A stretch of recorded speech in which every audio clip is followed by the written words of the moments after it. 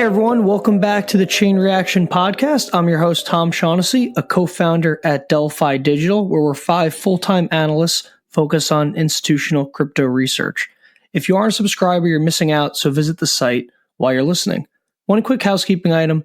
This podcast is strictly informational and educational and is not investment advice or solicitation to buy or sell any tokens or securities or to make any financial decisions. I may personally own tokens that are mentioned on the podcast, and you can view the show notes for our full disclosures.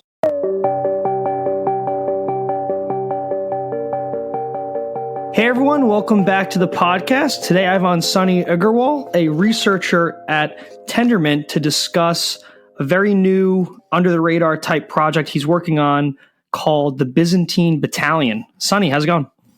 It's going well. Thanks for having me on. So the Byzantine Battalion is not related to my work at Tendermint, just sort of a project that I've taken on my own. But happy to be talking about it. Probably one of the first times I'm talking about it publicly. Sure. And just for people who don't know you, I'd be surprised if they don't at this point, but give us your quick, 30-second intro to how you got started in crypto and maybe even Cosmos. Sure. So, I'm a researcher at Cosmos right now. I got involved with the space about 4 years ago, and I was a student at Berkeley, freshman at Berkeley. I helped create a club called Blockchain at Berkeley there, and started teaching a bunch of classes.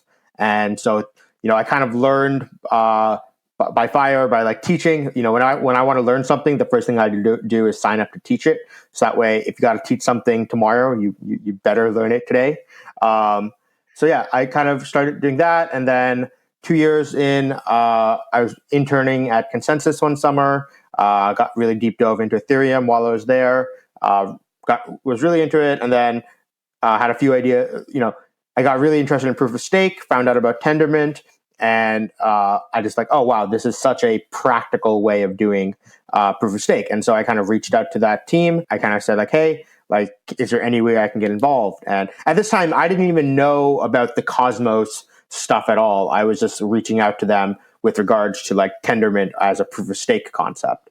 And so I started getting in touch with Jay and just talking to him, and I had some ideas. I had some ideas back then about how to use randomness to.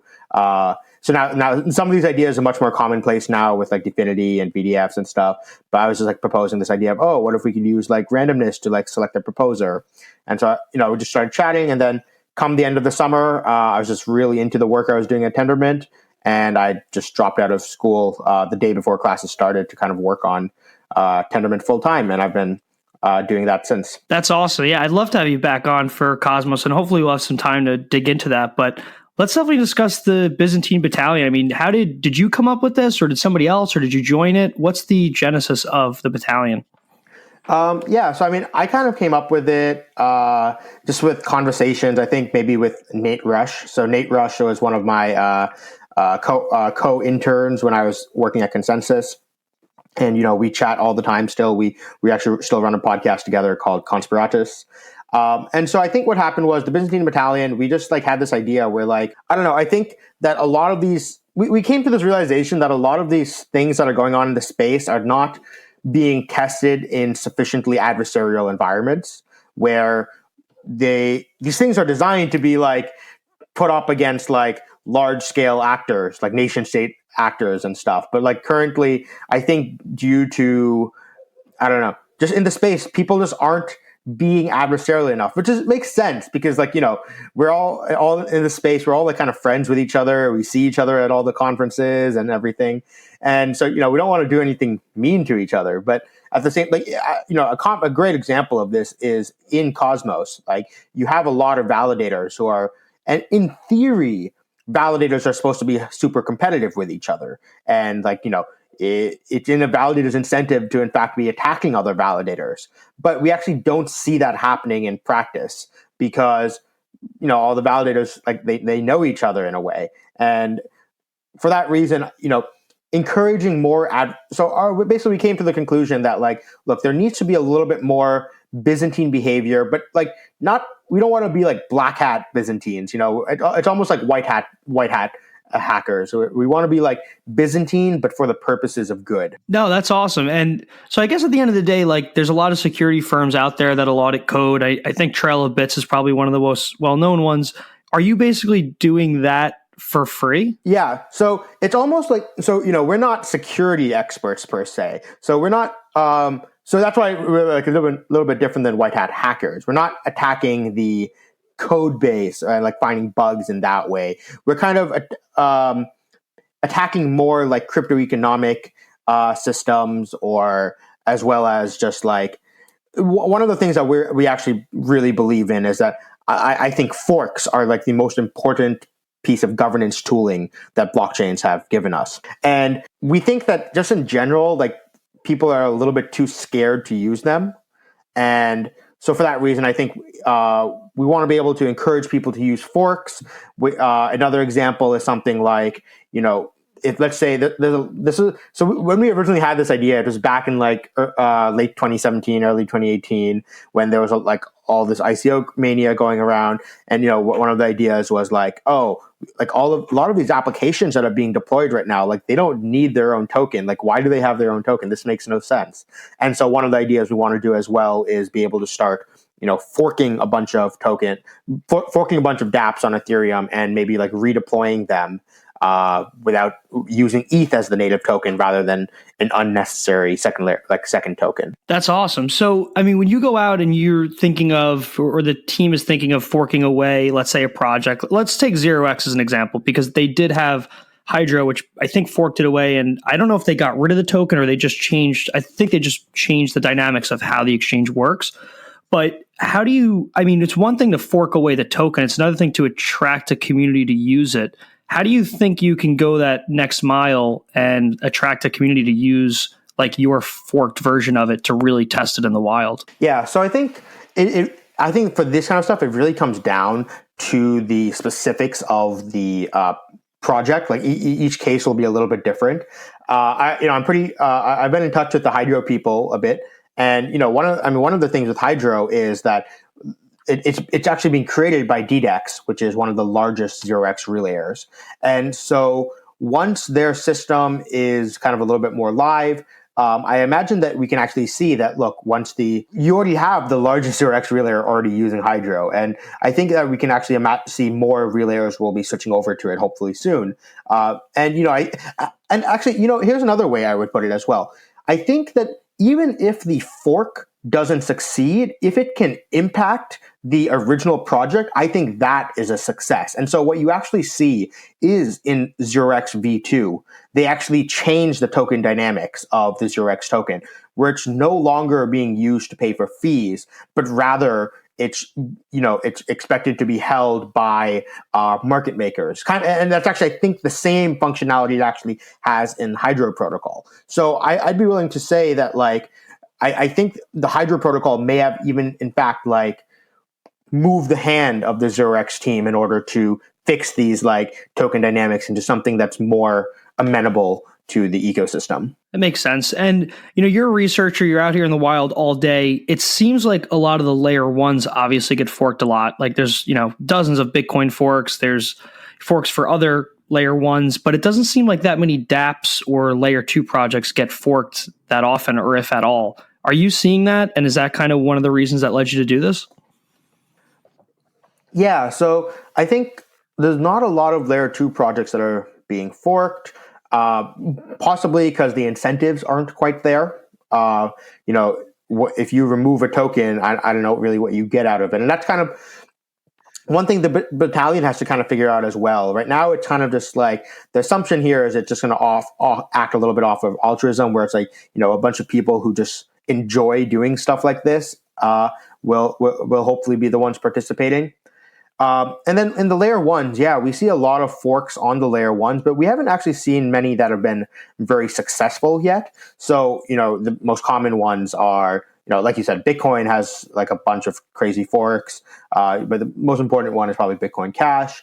Ethereum has its own fork, like Ethereum Classic, or, technically Ethereum is a fork of Ethereum Classic, but you know what I mean. And then, you see this kind of stuff in Zcash and that you see it in Tezos, but it just does, I feel like there just hasn't been a compelling enough reason yet to for any of these forks to be successful. And I think one of the problems is that the network effects of original chains are just a little bit too high.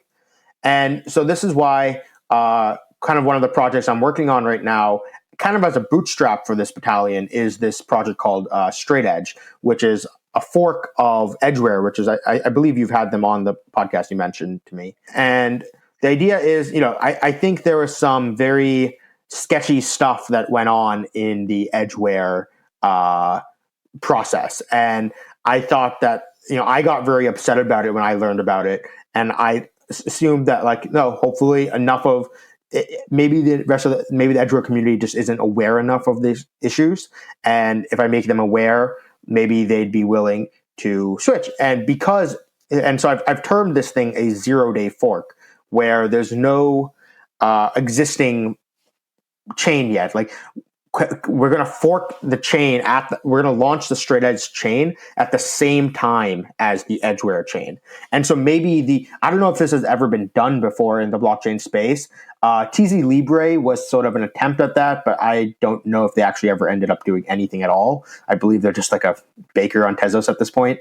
But yeah, so a 0-day fork, which is like a fork that launches at the same time as a new chain, can that have a different dynamic? And to me, it's really just an experiment to see how do the dynamics change in this model as compared to when you do a fork of a chain that's already been running for a long time and has a lot of network effects. It's interesting, and that's a cool example. So I had Edgeware on. So for those who don't know, Edgeware is trying to bring smart contracts to Polkadot by launching on Polkadot as its own parachain and handling smart contracts and things like that. Sunny, what were the key things that led you to become, unhappy with their system and, kind of use this as one of your first and main examples for the battalion? Yeah, sure.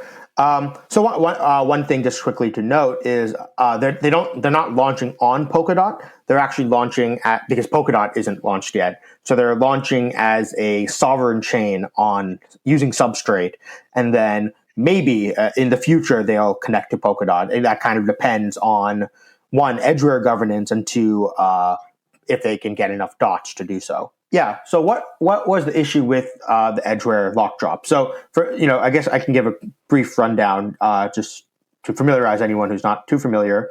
So how the Edgeware token system released its tokens was through this process called a lock drop, where what you'll do is you'll lock your Ether into a special lock drop contract, and you'll get edge tokens for locking it. And the theory here is that, look, when you lock tokens, you have some opportunity cost. You're foregoing the ability to use those tokens to go earn interest on Compound or to go trade them or whatnot. And so that opportunity cost that people are foregoing shows that they legitimately value these edge tokens, and that will somehow give the edge tokens value.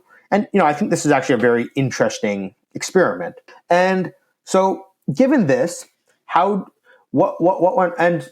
you get more tokens on the edge system for locking for longer. So the base locking time is 3 months. But if you lock for 6 months, you get a bonus, and if you lock for 12 months, you get an even larger bonus. Now, I guess they were maybe worried that there weren't enough. Maybe the participation on this won't be high enough. Where it turns out there was actually quite a bit of participation on the locking side. But they also added this thing called signaling, which is, okay, let's say you don't actually want to lock your tokens. What you can just do instead is you can send a transaction from an account, and you can claim you'll get a 20% of the tokens. You're not going to get 100% as if you had locked for 3 months. So it's still always better to lock, but you're able, if you don't want to do that, you can still at least it's still some positive action that you're doing. It's not like an airdrop where just, I'm sure people have had a bunch of coins randomly airdropped into their accounts, and they're like, what is this thing? It's like, no one knows. So at least being doing a transaction specifically to signal, at least it's still some positive action that you're taking towards claiming those tokens. So this all sounds cool, Now, what went wrong? So they added this in the rules of the lock drop. There's this weird thing. There's this weird thing where that anyone who's ever deployed a smart contract is allowed to signal on behalf of that smart contract, and that just doesn't make any sense. I feel it's like a misunderstanding of the entire concept of smart contract. It's like just because someone deployed a smart contract doesn't make them the owner, or the entire premise of Ethereum is that once anyone can deploy a smart contract, but the smart contract is it's its own sovereign thing, right? It doesn't care who deployed it. And so this is very silly, because here's an example. Whoever deployed the wrapped ether contract, the WETH contract that's used in like DAI and 0x and everything, there's like millions and millions of ether in there. Yet that one person can go signal on behalf of all of that wrapped ether. That's just crazy, in my opinion. That doesn't make any sense. It does, like, none of that ether is theirs. I don't know, maybe a little bit of it is, but the vast majority of that ether is not theirs. But they shouldn't have any special ownership over it. And so you might be wondering, okay, this is really weird. And, I know the Commonwealth people, they're smart guys. Like, they must have noticed that something was like this. They wouldn't have just done this for no reason, right? So what's the reason they did this? I think it's actually very clear. It's so that the Web3 Foundation can signal on behalf of all of the ether that's in their locked parity wallets. And they did this once before in, I think, the EIP 999 carbon vote, where it was like, oh, how did the locked funds signal? They did the same thing where they made the rules of the carbon vote where that, like, oh, the deployer of a contract can signal on behalf of a contract. So it feels like this weird rule that was done to benefit like special interests, I'll call it. Got it. Yeah, and they definitely got a lot of pushback from that. So I guess the question posed to you here is, when you launched Straight Edge, did you remove this signaling or the lock drop method, or did you also change other features as well, or is that the main change that you guys made? Yeah, so that's the main change that we made. And so, by the way, I knew about this issue. I guess to make the matters even more egregious, I think the final nail in the coffin for me when I learned about this is when I decided to do the fork was at ZCon. Drew is the lead developer of Edgeware. He was telling me about this. They added this new thing like 2 days before the start of the lock drop called a generalized lock, where they said, oh, you don't actually have to use our contract to lock. If you can write if there's any contract that's signaled from, but it acts like a lock, then that actually counts as a full lock. It doesn't just count as a signal. So now clearly the parity wallets, they're acting like locks because you can't actually move any money out of them. And so not only will they get the value of the signal from those contracts that are dead, but rather they're going to get the full lock value, not just the signal value. And so for me, that was just like, okay, at that point, it was very clear what was going on. And so that's kind of why I decided to do this fork. And so, yes, so the chain hasn't launched yet, right? So both Edgeware and Straight Edge are going to launch on September 15th. And so the idea is, that the main difference that's going to happen is that we are deploying a second Genesis file that has a different initial token distribution in which all signals from on behalf of contracts are removed. No, that's awesome. I mean, you're basically disrupting the disruptors and, helping to keep projects accountable to their communities and the public. I guess the next question for you though is, let's say you guys launch Straight Edge and Edgeware launches Edgeware. Edgeware clearly has an interest to build this out, attract developers. They have some funding from the lock drop, quasi funding. But back on Straight Edge, I mean, you guys don't really have like a team set up or like an ethos surrounded other than the one-off changes. So like, do you expect a team to come around and kind of build Straight Edge out to compete with Edgeware? Or is the point of all this just to see what happens and influence, hopefully, the original chain itself? I think my hope the best case scenario would be for actually Commonwealth and Parity to come around and actually support this. And so, so Commonwealth and Parity actually both have their same amount of tokens on Straight Edge as they do on Edgeware. And in fact, I actually plan to make a governance proposal on Straight Edge that, hey, let's give the Web3 Foundation and other Parity multisig victims the equivalent of a signal. Like I never had an issue. Honestly, if they were just more upfront about the purpose of this, of like, oh, we just want to give the Web3 Foundation some money back or something, I think that would have been way more okay. But I think what people were upset about was that it was done in this sneaky way, as if they thought we wouldn't notice or something. And that's kind of what I just wanted to really call out. And even if the best case scenario is that hopefully if Straight Edge ends up being more valued by the community than Edgeware, hopefully I don't see why Commonwealth and Parity wouldn't just take the opportunity to just work on Straight Edge as well. And, any changes that are made to Edgeware, I can, it's pretty easy to port those changes into Straight Edge. Like, they're both running on the same code base using Substrate. I don't imagine it will be that difficult to actually keep the systems in sync. Got it. That's interesting. And Sunny, just zooming out to the crypto space, I mean, it's kind of the ethos of the space that since everything's open source, anyone could fork away and create their own code and, make changes if something's wrong with the original project.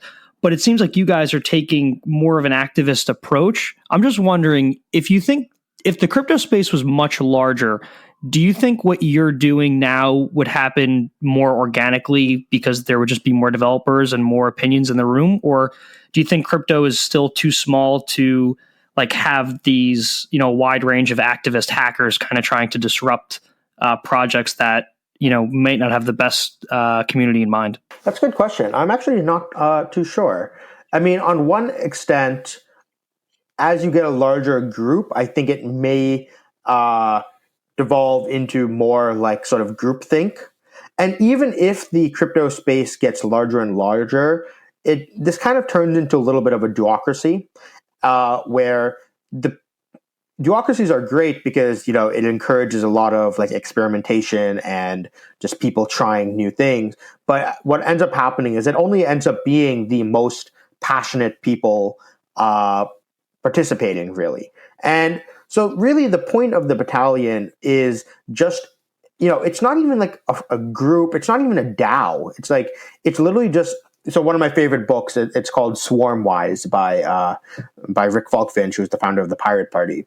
And so, I would call this more of a swarm, where it's just a group of people. We currently have like a Telegram channel where we just like talking about these ideas, and like hopefully if if a few of the people in the channel really in Swarmwise, what he says is 3 people in a swarm think that something should be done. They can just go do it. They don't need to get permission from anyone else. And so hopefully the goal of this is just to be a meeting place for people who are passionate about this kind of stuff to meet and hopefully, team up to work on these kind of projects. And so even if the space gets larger, I think that such a meeting, there's actually more need for such a meeting place like this, because then it becomes harder to find similar like-minded people. That's awesome. And, thinking bigger, if we look at the top 10 projects on CoinMarketCap, do you envision the battalion, if it grows and the reaction's good and you guys,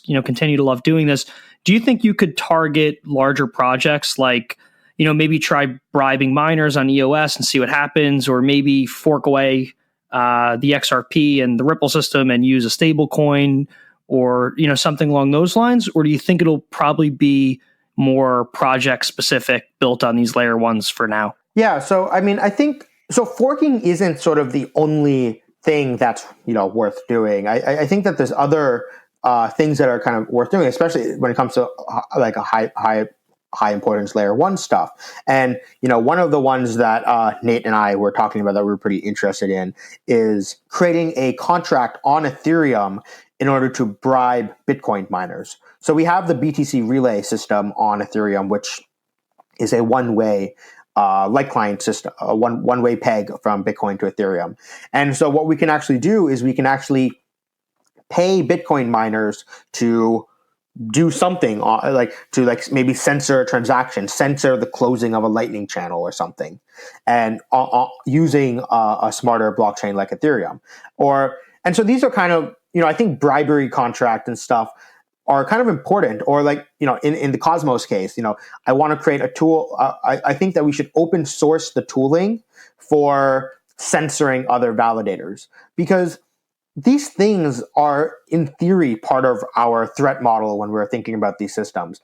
But sometimes I think it's too easy to just say oh, yeah, but no one actually has those things written right now, so I don't have to really worry about it. So I think it's important for these toolings for a little bit sneaky behavior like that to actually be open source, and so that it's there and part of everyone's threat model. So I don't know. I don't think I'm going to see much success in trying to fork Bitcoin or fork Ethereum.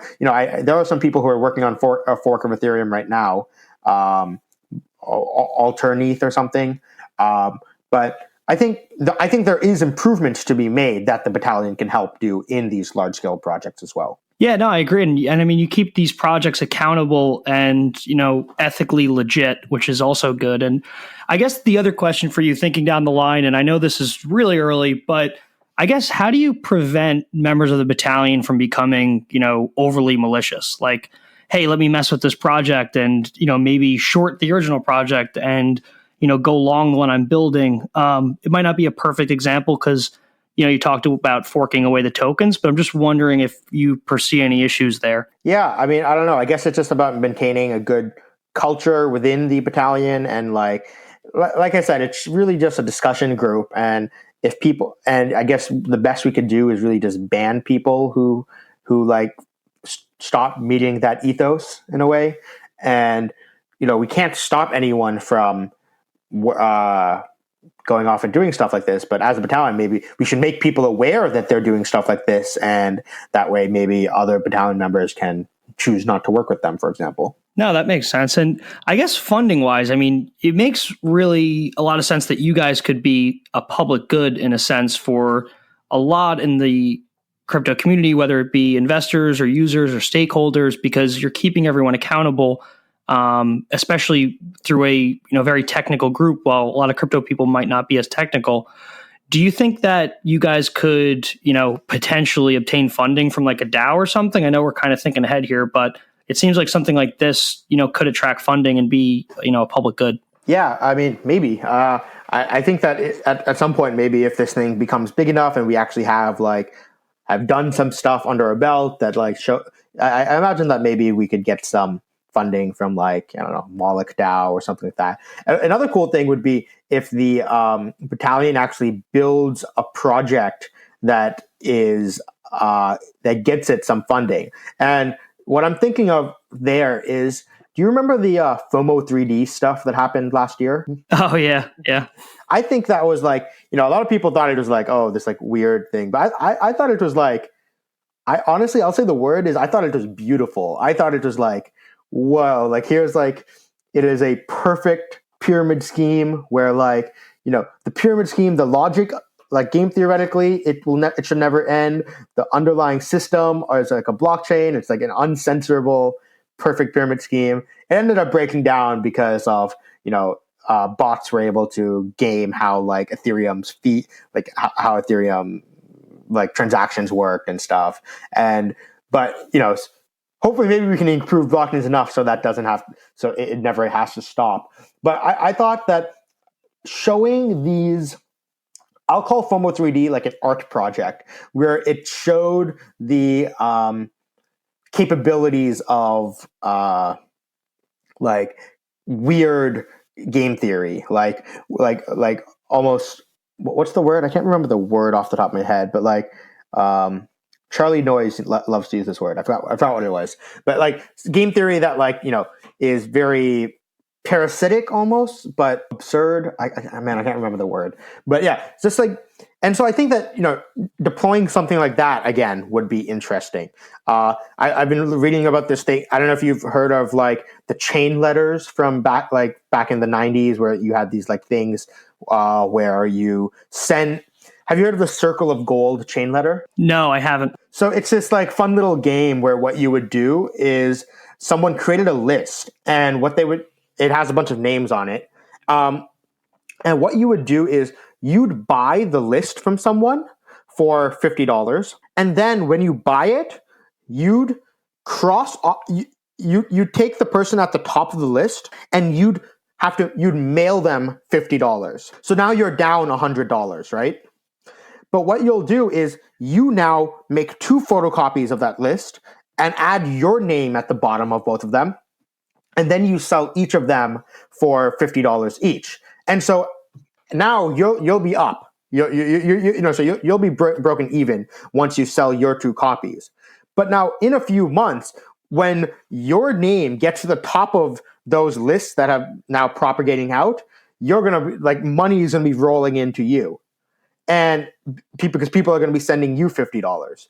And the system was actually completely based off of trust, but because you have to just trust that people actually mail the $50 to the people at the top of the list, or they wouldn't modify or alter the list or something. But this chain letter actually became so viral back in the 1990s. Like people all over the country were participating in this list. I forgot the exact numbers, but I think there was I think it was estimated that at some point over I can't remember if there's 1,000 or 10,000 people had already participated in the game. And so it's this cool pyramid scheme. And so, but it had a lot of trust based in it. What if we could redeploy this on a blockchain? I think that would be a fun little perverse game theory thing to deploy, and maybe that could earn some money for the battalion. I don't know. That's super interesting. I haven't heard about that. And to be honest, I would probably, if I had to fork it, I would probably make it so the money each person sends me goes down each iteration, but the number of copies goes up, just so that at one point we could have, a million people sending us, $1 instead of pricing out people that may not have 5 or 10 grand on the upside.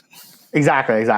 Yeah. And so I think that would be really fun, where just creating art projects like this, and making it easy enough, maybe making the cost low enough so we can get high enough participation in these art projects. That's awesome. And Sunny, I love this short and sweet episode, and it's a new idea and it's so interesting. And is there anywhere people could follow along with the battalion, or is the best way just to follow you on Twitter? Follow me on Twitter, I guess, and then I'll post a link to the battalion, or I can give you a link to. Maybe I can give a link to the battalion right now. I'm not sure how I actually do that though. Well, I guess I could always. You could send me something after. I could link it in the show notes for anyone interested. That could just scroll down on their phone and click it. Okay, yeah, that would be perfect. I'll give you a group link, and in the show notes, and basically, like I said, right now it's mostly just a Telegram group. And I created the Telegram group almost a year ago, but I just got so busy with Cosmos launch and stuff that I never had time to actually do anything with it until now that I have a little bit more time to be experimenting on different things. No, it's awesome. You're keeping people accountable. You're disrupting the disruptors, and it's a new idea early on. So that's why it's also super interesting. And Sunny, thanks so much for hopping on for this short and sweet, but very awesome episode. Cool. Awesome. Thanks for having me. Hey everyone, thanks for listening to the episode. If you can go to iTunes and hit subscribe to the Chain Reaction Podcast, it'll go a long way in helping us reach new listeners and help support the show. Thanks again.